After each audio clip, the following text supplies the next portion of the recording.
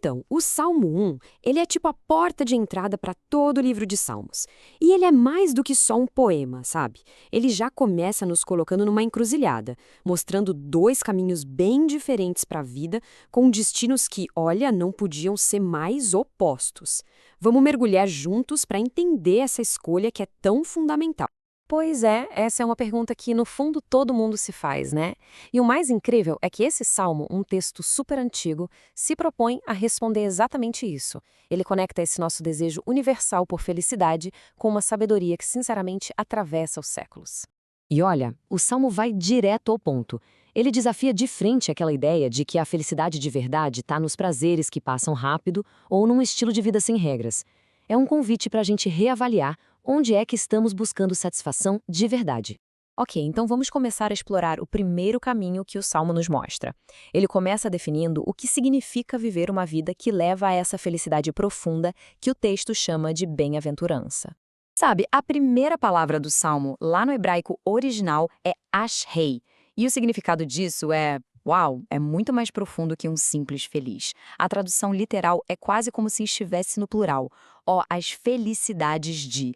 Ela descreve um estado contínuo de prosperidade, de florescimento, como se a pessoa estivesse debaixo do favor constante de Deus. E aqui tem uma coisa bem interessante na forma como o salmista constrói a ideia. Em vez de já começar falando o que a pessoa abençoada faz, ele primeiro define o que ela evita. Fica claro que o primeiro passo para seguir no caminho certo é se afastar de propósito daquilo que faz mal. E é aí que a gente entra no que alguns chamam de trilogia negativa do primeiro versículo. Repara só na escadinha que ele monta. Primeiro é o andar, sabe? Aquela associação mais casual. Depois vem o deter-se, que já é uma parada mais intencional. E por fim, o assentar-se, que mostra uma aceitação total, um pertencimento ao grupo daqueles que zombam dos princípios de Deus. É um baita alerta de como pequenas concessões podem levar a um comprometimento total. Mas claro, só evitar o que é ruim não é o quadro completo, né? O Salmo agora muda o foco. Ele mostra o que a pessoa justa busca ativamente, deixando claro que a felicidade de verdade não é só a ausência do mal, mas a presença forte do bem. O coração da vida do justo está bem aqui. O prazer dele está na lei do Senhor. Naquela época, para o público original, isso era a Torá, a base de toda a identidade do povo de Israel. Hoje, para os cristãos, esse princípio se expande para toda a Bíblia. E a palavra-chave aqui, gente, é prazer. Não é uma obrigação, não é um peso, é fonte de alegria e sabedoria. Tá, mas o que significa meditar dia e noite? A palavra hebraica para isso, haga, é sensacional. Não é só um estudo com a cabeça, sabe? A imagem que ela passa é de alguém murmurando as palavras para si mesmo, ruminando aquilo, pensando naquilo sem parar. É quase como se a palavra de Deus virasse a trilha sonora da nossa mente, sabe? E para que essa diferença entre os dois caminhos ficasse bem clara, bem visual na nossa cabeça, o salmista usa duas imagens da agricultura que são muito poderosas. De um lado, uma árvore forte. Do outro, a palha, que não serve para nada. E o contraste aqui é total. De um lado, a árvore estável, bem nutrida, que dá frutos e que dura, representando uma vida com propósito. Do outro lado, a palha, levinha, sem valor nenhum, instável e totalmente dependente das circunstâncias, ou, como diz o Saulo, do vento que sopra. O mais legal da imagem da árvore é que o segredo dela está onde a gente não vê, nas raízes. Elas estão firmes, plantadas junto a uma corrente de águas, uma fonte de vida que nunca seca.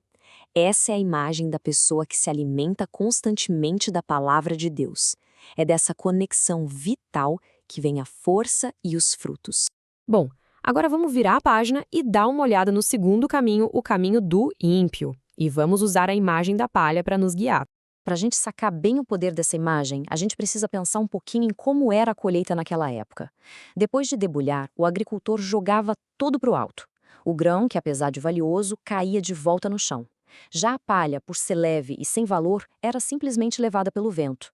Ela representa uma vida sem substância, sem peso e sem um destino certo.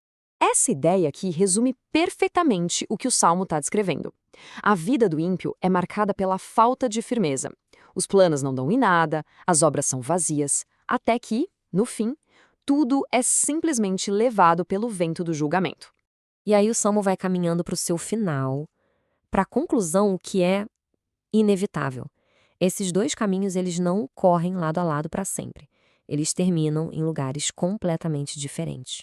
O versículo 5 fala de um momento de juízo, um momento de acerto de contas, digamos assim, onde os ímpios não prevalecerão. Eles não conseguem ficar de pé. São separados da congregação dos justos, que é a comunidade daqueles que Deus aprova. Aquela separação que começou lá no versículo 1, lembra? Não andar, não se deter, agora ela se torna final, definitiva. E, gente, para mim, o ponto central de todo o Salmo está bem aqui, no último versículo. Quando o texto diz que o Senhor conhece o caminho dos justos, a palavra hebraica para conhece é yada, e isso é muito mais do que só saber que algo existe. É um conhecimento de aprovação, de relacionamento íntimo, de cuidado. Deus não apenas observa o caminho do justo, ele aprova esse caminho e se envolve com ele. Então, no fim das contas, o que a gente tem é isso. De um lado, um caminho que é guardado, cuidado e que leva à vida. Do outro, um caminho que simplesmente perecerá, ou seja, ele se desfaz, porque não tem substância para durar. O destino de cada um já está na própria natureza do caminho escolhido. É por isso que o Salmo 1 não termina como um livro de regras, sabe? Ele termina como um espelho. A pergunta que fica no ar para cada um pensar é: a vida que estou levando, ela se parece mais com essa árvore firme plantada ou se parece mais com a palha que qualquer vento leva? Porque, como o Salmo deixa bem claro, a escolha do caminho é o que determina o nosso destino.